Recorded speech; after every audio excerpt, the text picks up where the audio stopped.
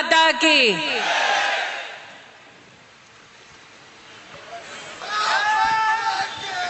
കാസർഗോഡ് से आवाज अमेठी तक जानी चाहिए। കാസർഗോഡിലെ ശബ്ദം അങ്ങ് അമേഠിയിലെത്തണം ഈ പരിപാടിയുടെ क्योंकि अमेठी ने किसी को पैकअप करके वायनाड भेजा है, इसीलिए അമേഠിയിൽ നിന്നും ചിലരെ പാക്ക് ചെയ്ത് അയച്ചിട്ടുണ്ട് വയനാട്ടിലേക്ക്, അതുകൊണ്ടാണ്। എല്ലാവർക്കും നമസ്കാരം, बोलो भारत माता की।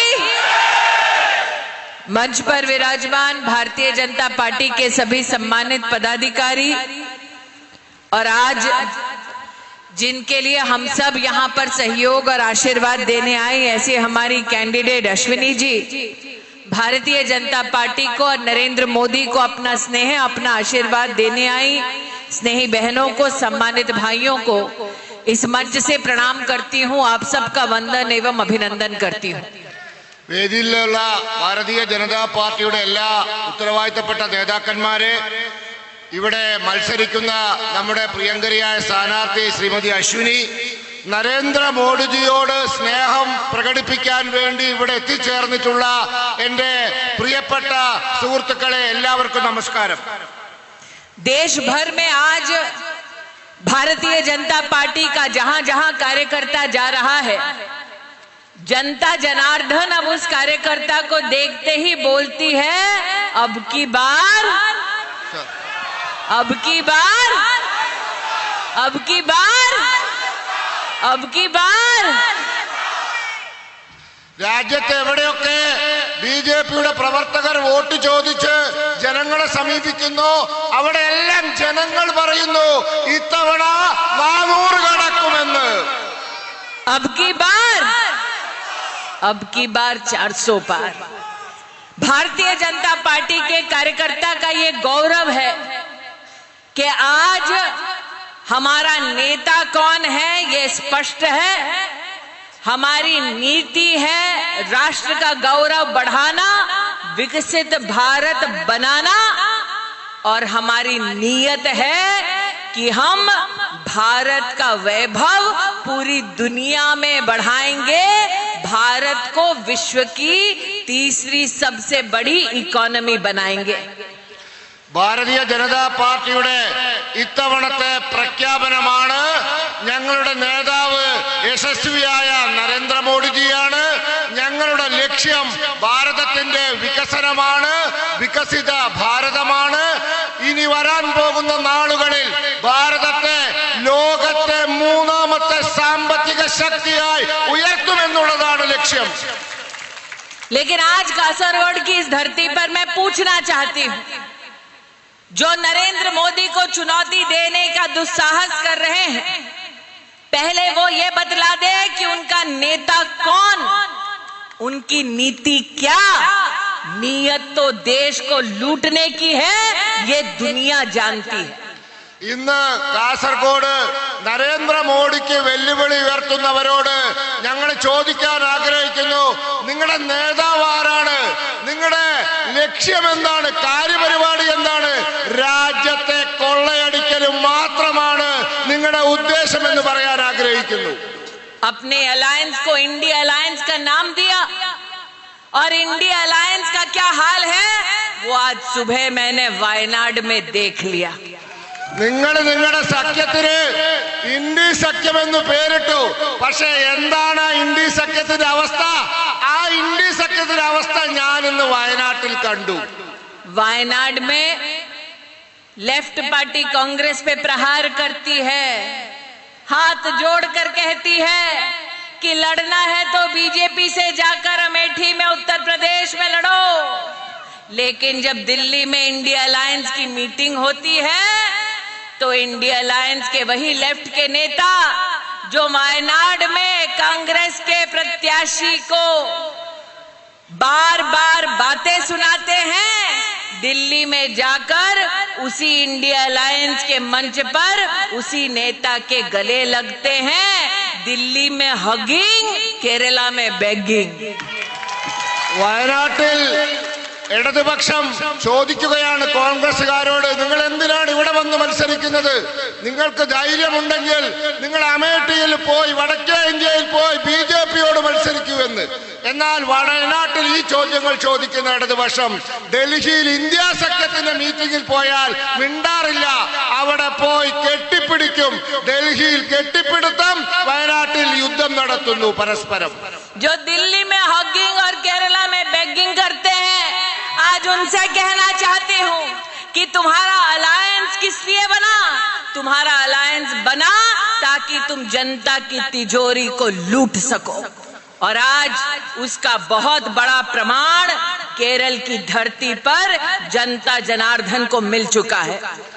ഡൽഹിയില് പരസ്പരം കെട്ടിപ്പിടിക്കുകയും കേരളത്തില് പരസ്പരം ചീത്ത പറയുകയും ചെയ്യുന്ന ഇവരുടെ ലക്ഷ്യം എന്താണ്?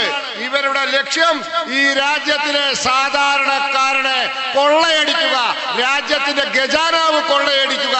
ഇത് മാത്രമാണ് ഇവരുടെ ലക്ഷ്യം. एक तरफ नरेंद्र मोदी देश को विकसित बनाने की बात करते हैं और दूसरी ओर इंडिया अलायंस के नेता देश को लूटने के नए नए तरीके ढूंढते हैं. एक तरफ मोदी कोऑपरेटिव की मिनिस्ट्री बनाते हैं, दूसरी तरफ केरला में इंडिया अलायंस के नेता अलग अलग कोऑपरेटिव बैंकों को लूटकर जनता का पैसा अपनी जेब में भरते हैं. ഒരു ഭാഗത്ത് നരേന്ദ്രമോദി ഈ രാജ്യത്തെ വികസിത ഭാരതമാക്കാൻ വേണ്ടി പരിശ്രമിക്കുമ്പോൾ ഈ ഇന്ത്യ സഖ്യം ഈ രാജ്യത്തെ കൊള്ളയടിക്കാനുള്ള പദ്ധതി തയ്യാറാക്കുകയാണ്.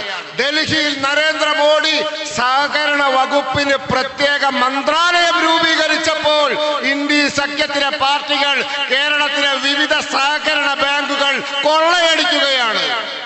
करुवनूर कोऑपरेटिव बैंक को CPM ने लूटा, कंदला बैंक को CPI ने लूटा, मलप्पुरम AR नगर बैंक को मुस्लिम लीग ने लूटा, और वायनाड में पालपुली बैंक को कांग्रेस पार्टी ने लूटा. കരുവണ്ണൂരിലെ ബാങ്ക് CPM കൊള്ളയടിച്ചു, കണ്ടല ബാങ്ക് CPI കൊള്ളയടിച്ചു, മലപ്പുറം AR നഗറിലെ ബാങ്ക് മുസ്ലിം ലീഗുകാർ കൊള്ളയടിച്ചപ്പോൾ കോൺഗ്രസുകാർ വിട്ടുകൊടുത്തില്ല. വയനാട്ടിലെ ബാങ്ക് കോൺഗ്രസുകാരും കൊള്ളയടിച്ചു. और कांग्रेस ने वायनाड में तो ऐसी लूट मचाई कि कांग्रेस का जनरल सेक्रेटरी आज बैंक को लूटने के चक्कर में जेल की हवा खा रहा है. ये गांधी परिवार का इफेक्ट है. जाओ जनता में जनता को लूटो और लूट के पैसे के बाद अपना पैसा बटोरो और जनता को नया नया सपना दिखाओ. വയനാട്ടിൽ സഹകരണ ബാങ്ക് കൊള്ളയടിച്ച കോൺഗ്രസിന്റെ ജനറൽ സെക്രട്ടറി ജയിലിലാണ്. ഇതാണ് ഗാന്ധി കുടുംബത്തിന്റെ പരിപാടി. ഞങ്ങൾക്ക് അവരോട് പറയാനുള്ളത്, നിങ്ങൾ ജനങ്ങളെ കൊള്ളയടിക്കുന്നു, നിങ്ങളുടെ കീശ വീർപ്പിക്കുന്നു, എന്നിട്ട് ജനങ്ങൾക്ക് വ്യാജ വാഗ്ദാനങ്ങൾ നൽകി പറ്റിക്കുന്നു. चाहे वो कोऑपरेटिव बैंक का लूट हो, चाहे वो गोल्ड की स्मगलिंग हो, आज जनता पूछती है कि स्कैम चाहे कोई भी क्यों ना हो, नाम हमेशा इंडिया अलायंस का ही क्यों आता है?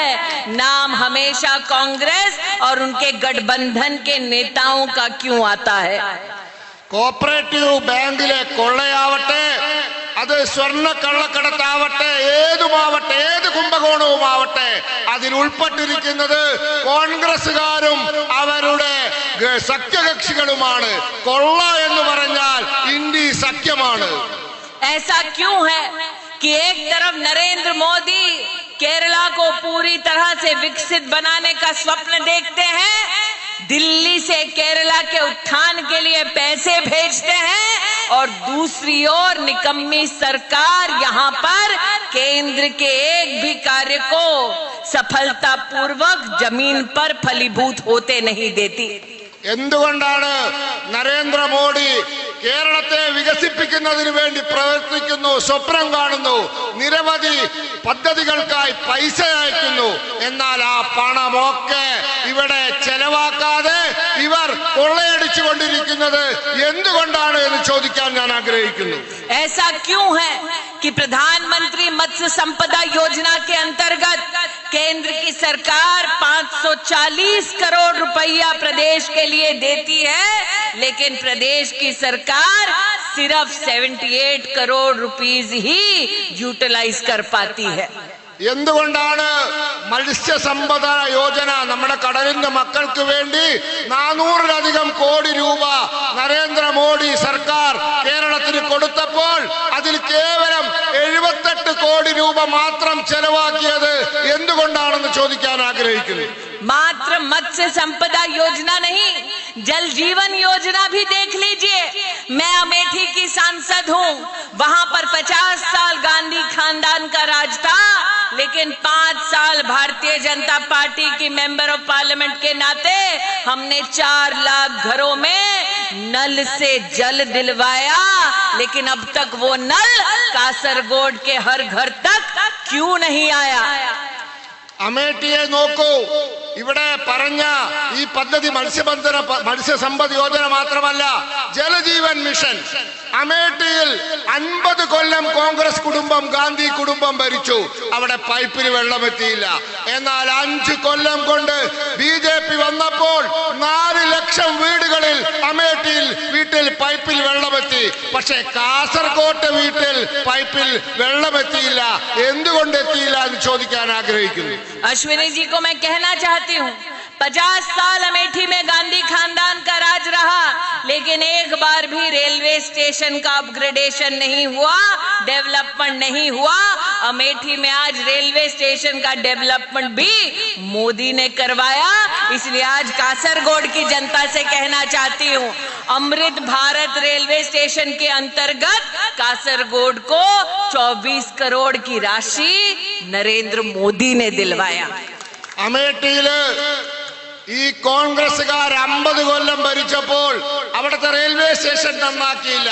പക്ഷേ BJP വന്നപ്പോൾ അമേഠിയിലെ റെയിൽവേ സ്റ്റേഷൻ നമ്മൾ വലിയ തോതിൽ വികസിപ്പിച്ചു. ഞാൻ ഇവിടുത്തെ സ്ഥാനാർത്ഥി ശ്രീ അശ്വിനിയോട് പറയുകയാണ്, BJP വന്നാൽ കാസർഗോഡ് റെയിൽവേ സ്റ്റേഷനിലെ ഇന്ന് അമൃത ഭാരത പദ്ധതിയിൽ ഉൾപ്പെടുത്തി 24 കോടി രൂപ കൊടുത്തിരിക്കുന്നു. അതുപോലെ ഈ രാജ്യത്ത് വികസനം കൊണ്ടുവരാൻ BJPക്ക് സാധിക്കും। आज जनता जनार्दन से कहने आई हूँ कि ये जो दिल्ली में हगिंग और केरला में बेगिंग कर रहे हैं, इन्होंने पहले भी अपने गठबंधन और अपनी दोस्ती यारी में सरकार केंद्र में चलाई। जब इनकी दोस्ती यारी में सरकार केंद्र में चल रही थी और जब मोदी देश के प्रधानमंत्री बने, उसमें फर्क क्या है आज बतलाना चाहती हूँ। मोदी के राज में अमेठी की सांसद होने के नाते आज मैं केरल में गर्व से कहती हूँ कि रेलवे ने 6 गुना ज्यादा पैसा केरला को नरेंद्र मोदी के प्रधान सेवक बनने के बाद दिया। ये तब संभव नहीं हुआ जब केंद्र में कांग्रेस की सरकार थी। ഇവിടെ ഞാൻ പറയാൻ ആഗ്രഹിക്കുന്നു, ഇവര് നേരത്തെയും ഭരിച്ചിട്ടുണ്ട്, കോൺഗ്രസും സഖ്യകക്ഷികളും. ആ കാലഘട്ടത്തിലൊന്നും ഇന്ത്യ രാജ്യത്ത് കേരളത്തിന് വേണ്ടിയൊന്നും റെയിൽവേ മേഖലയിൽ ഇവരൊന്നും കൊടുത്തിട്ടില്ല. ഇവര് കൊടുത്തതൊക്കെ ചെറിയ തുകകളായിരുന്നു. എന്നാൽ ഈ 5 വർഷം കൊണ്ട് നരേന്ദ്രമോദി വന്നപ്പോൾ ഉണ്ടായ വ്യത്യാസം എന്താണ്? കേരളത്തിന് കഴിഞ്ഞ കാലങ്ങളിൽ ഇവര് കൊടുത്തതിന്റെ 6 ഇരട്ടി തുകയാണ് റെയിൽവേ മേഖലയുടെ വികസനത്തിന് വേണ്ടി നരേന്ദ്രമോദി കൊടുത്തിട്ടുള്ളത്। कासरगोड चेंगला का 1800 किलोमीटर का जो इन्वेस्टमेंट का काम है, 3799 करोड़ रुपया ये तब मिला जब नरेंद्र मोदी की सरकार आई, तब नहीं मिला जब केंद्र में कांग्रेस की सरकार थी। ഇന്ന് ചെങ്കള വരെയുള്ള ഈ റോഡ് വികസനവുമായി ബന്ധപ്പെട്ടിട്ട് ഇന്ന് കൊടുത്തിട്ടുള്ളത് 3799 കോടി രൂപയാണ്. അത് നരേന്ദ്രമോദി വന്നപ്പോഴാണ് കൊടുത്തത്. ഇവര് ഭരിച്ചപ്പോൾ ഇവർക്ക് കൊടുക്കാൻ സാധിച്ചിരുന്നില്ല। दिसंबर 2022 में नितिन गडकरी जी ने आकर यहाँ केरला में 3 लाख करोड़ के इन्वेस्टमेंट की प्रोजेक्ट्स की घोषणा की। ये तब संभव हुआ जब केंद्र में नरेंद्र मोदी प्रधान सेवक बने। ये तब संभव नहीं हुआ जब केंद्र में कांग्रेस की सरकार रही। 2022 ഡിസംബർ മാസത്തിൽ കേരളത്തിൽ നിതിൻ ഗഡ്കരിജി വന്നിട്ട് പറഞ്ഞു കേരളത്തിന്റെ റോഡ് വികസനത്തിന് 3 ലക്ഷം കോടി രൂപ നീക്കി വെച്ചിട്ടുണ്ട് എന്ന്. ഇത് സംഭവിച്ചത് സാധ്യമായത് നരേന്ദ്രമോദി രാജ്യം ഭരിച്ചത് കൊണ്ടാണ്. കോൺഗ്രസുകാർ ഭരിച്ചപ്പോൾ ഇത് സാധ്യമായിരുന്നില്ല.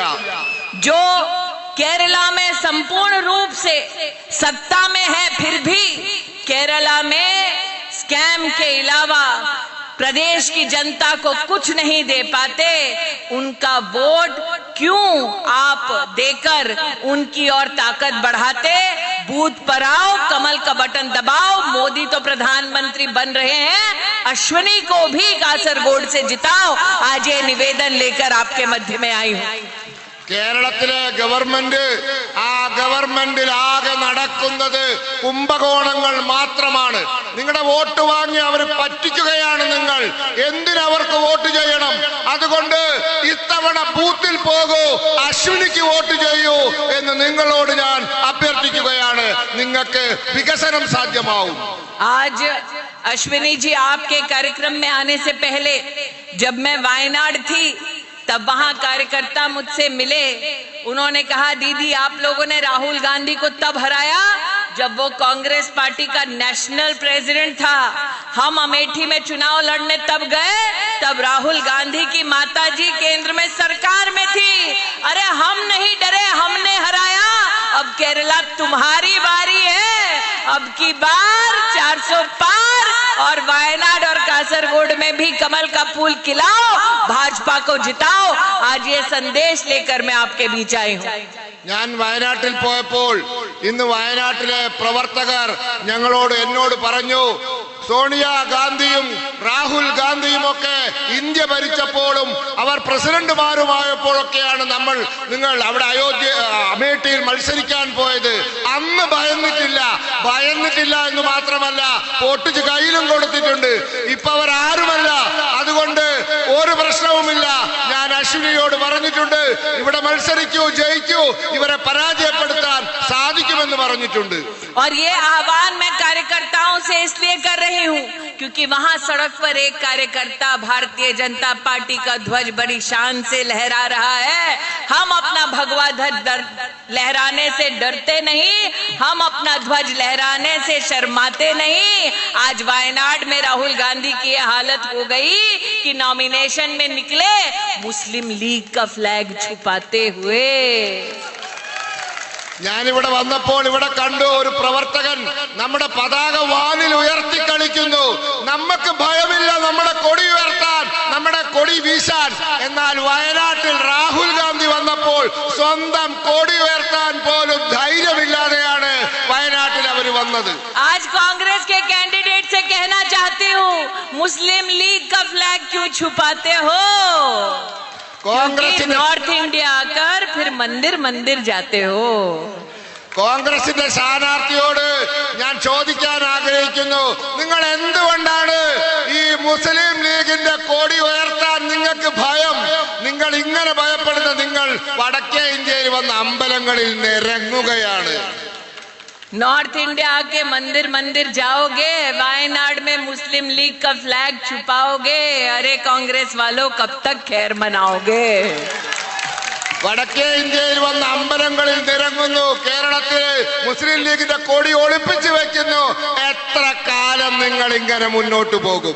आज कांग्रेस पार्टी से कहना चाहती हूँ कि चुनाव का नामांकन पत्र भरते हुए आपके प्रत्याशी ने भारत के संविधान की शपथ ली, लेकिन चुनाव जीतने के लिए पीएफआई के पॉलिटिकल लीडर्स का संरक्षण और सहयोग लेना यही भारत के संविधान की तौहीन है.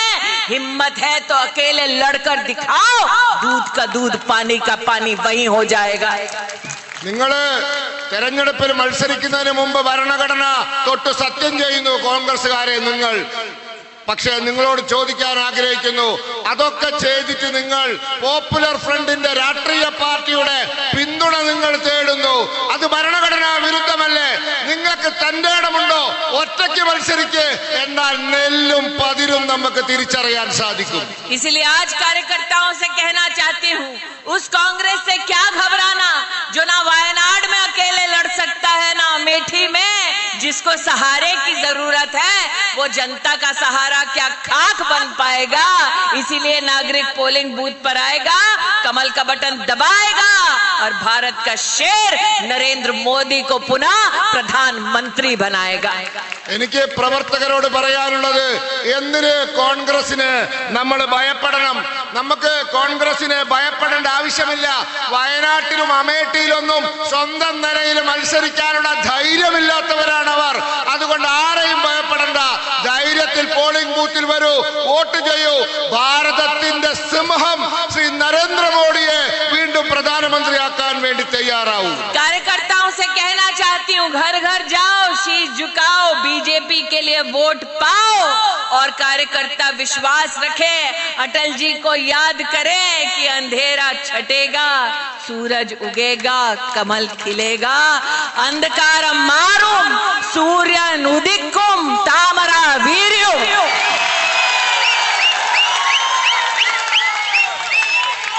फिर से बोलती हूँ, अंधकारम मारुम सूर्यन उदिक्कुम तामरा वीर्युम. बोलो भारत माता की, भारत माता की, भारत माता की.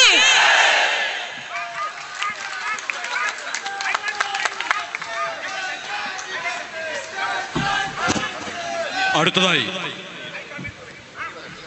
ഈ നരേന്ദ്രമോദി സർക്കാരിന്റെ കാസർഗോഡിന്റെ വികസന നേട്ടങ്ങൾ നരേന്ദ്രമോദി സർക്കാരിലേക്ക് എത്തിക്കുന്നതിനു വേണ്ടി കാസർഗോഡ് പാർലമെന്റ് മണ്ഡലത്തിൽ നിന്നും മത്സരിക്കുന്ന ശ്രീമതി ML അശ്വിനിയുടെ തെരഞ്ഞെടുപ്പ് പ്രകടന പത്രിക കാസർഗോഡിന്റെ സമഗ്രമായ വികസനത്തിനു വേണ്ടി, കാസർഗോഡിന്റെ ആരോഗ്യ മേഖലയെ സംരക്ഷിക്കുന്നതിനു വേണ്ടി, വിദ്യാഭ്യാസ മേഖലയെ സംരക്ഷിക്കുന്നതിനു വേണ്ടി വിവിധങ്ങളായിട്ടുള്ള വികസന പ്രശ്നങ്ങളും അതുപോലെ തന്നെ തദ്ദേശീയമായിട്ടുള്ള മറ്റു വിവിധങ്ങളായിട്ടുള്ള വിഷയങ്ങളെ മുൻനിർത്തിക്കൊണ്ട് ഭാരതീയ ജനതാ പാർട്ടിയുടെ കാസർഗോഡ് പാർലമെന്റ് മണ്ഡലം കമ്മിറ്റി പുറത്തിറക്കുന്ന പ്രകടന പത്രിക വികസന രേഖ നമ്മുടെ ആരാധ്യയായ മന്ത്രി ശ്രീമതി സ്മൃതി ഇറാനി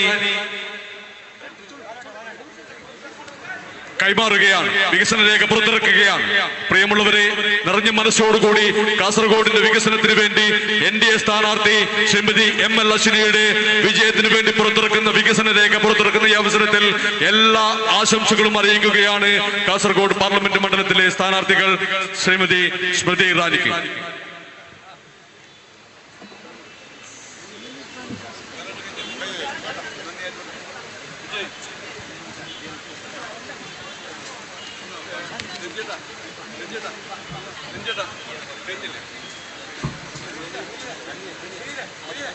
ഈ പരിപാടിക്ക് നന്ദി അറിയിക്കുന്നതിനു വേണ്ടി ഭാരതീയ ജനതാ പാർട്ടിയുടെ കാസർഗോഡ് ജില്ലാ സെക്രട്ടറി ശ്രീ N മധു അവർകളെ ക്ഷണിക്കുകയാണ്.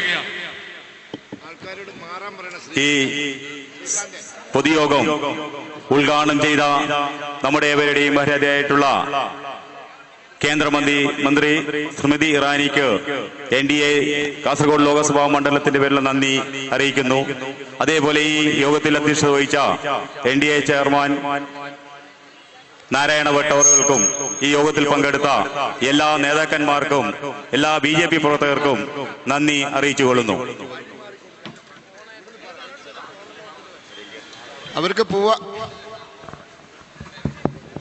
അവർക്ക് തിരിച്ച് കാറിൽ പോകാനുള്ള വഴി തടസ്സപ്പെടുത്തരുത്,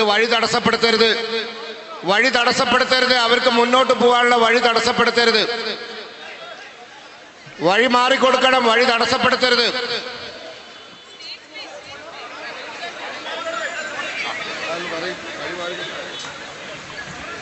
ദയവേത് സ്മൃതി ഇറാനിജിക്ക് വഴി മാറിക്കൊടുക്കുക, അത് അവർക്ക് പോകാനുള്ള വഴി ദയവ് ചെയ്തിട്ട് നമ്മുടെ പ്രവർത്തകര് ബഹളം കൂട്ടരുത്.